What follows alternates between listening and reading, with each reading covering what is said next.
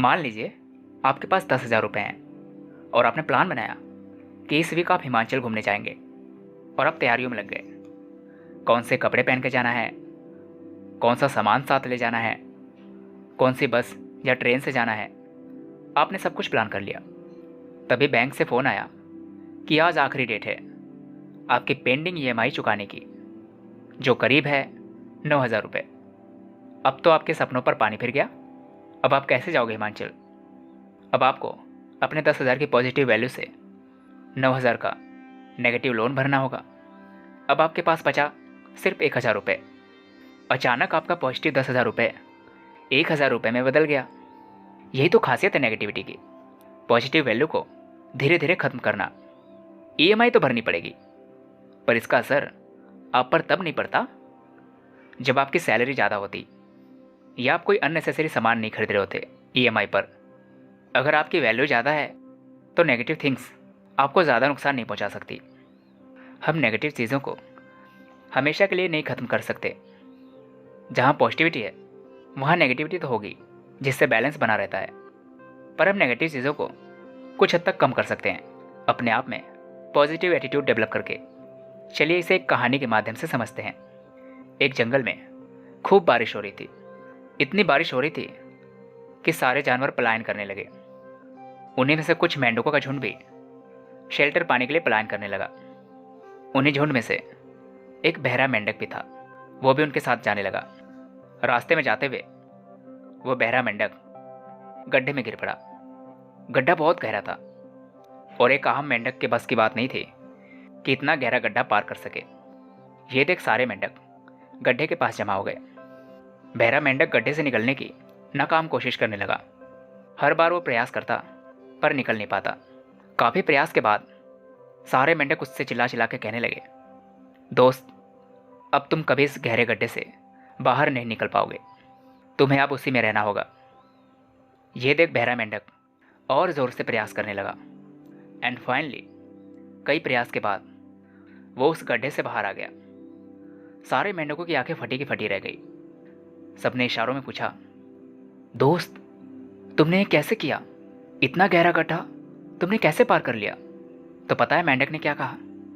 मेंढक ने कहा, मैं गड्ढे से निकल पाया आप सभी की वजह से। आप सभी ने जो मेरा हौसला बढ़ाया, इसी वजह से मैं गड्ढे से बाहर आ सका। असल में बहरे मेंढक को लगा कि सारे मेंढक उसे ऊपर से चीयर अप कर रहे हैं, उसका उत्साह बढ़ा रहे हैं, जबकि सारे मेंढक उससे कह रहे थे कि तुम कभी भी बाहर नहीं निकल सकते। मेंढक के इसी बहरेपन के कारण बाय डिफ़ॉल्ट उसमें पॉजिटिव एटीट्यूड डेवलप हो गया।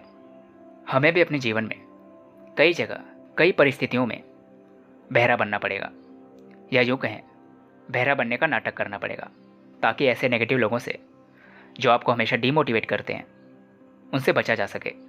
साथ ही आपको ऐसे नेगेटिव कमेंट या डीमोटिवेशन को पॉजिटिविटी में लेना होगा, ताकि आप नेगेटिविटी से इफेक्ट ना हो सकें। अगर हम इस मेंढक की तरह पॉजिटिव एटीट्यूड डेवलप करें तो हम लाइफ के सारे मैचेस जीत सकते हैं। हमें नेगेटिविटी से डील करने के लिए पॉजिटिव एटीट्यूड डेवलप करना होगा। चलिए इसे एक एग्जाम्पल के माध्यम से समझते हैं। मान लीजिए आपको नदी पार करनी है। नदी का पानी आपके लिए नेगेटिविटी है और आपकी नाव आपके लिए पॉजिटिविटी है। आपने नाव से नदी पार करनी शुरू कर दी। तभी पता चला कि नाव में होल है। अब आपकी बोट डूबने लगेगी।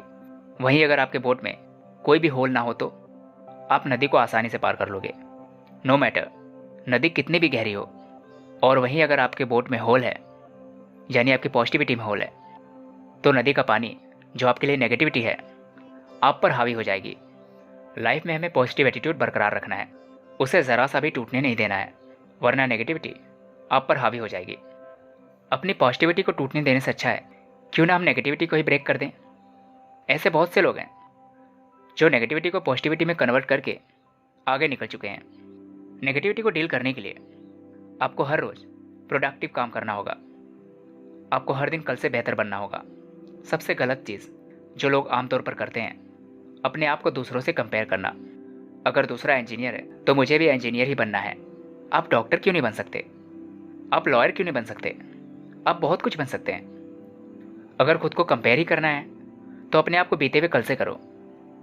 ऑलवेज रिमेंबर, पॉजिटिव एटीट्यूड बरकरार रखना है, चाहे कितनी भी बुरी सिचुएशन क्यों ना हो, क्योंकि हर बुरा वक्त एक मौका होता है कुछ कर दिखाने का, कुछ एक्स्ट्रा ऑर्डिनरी करने का। Find your inner motivation.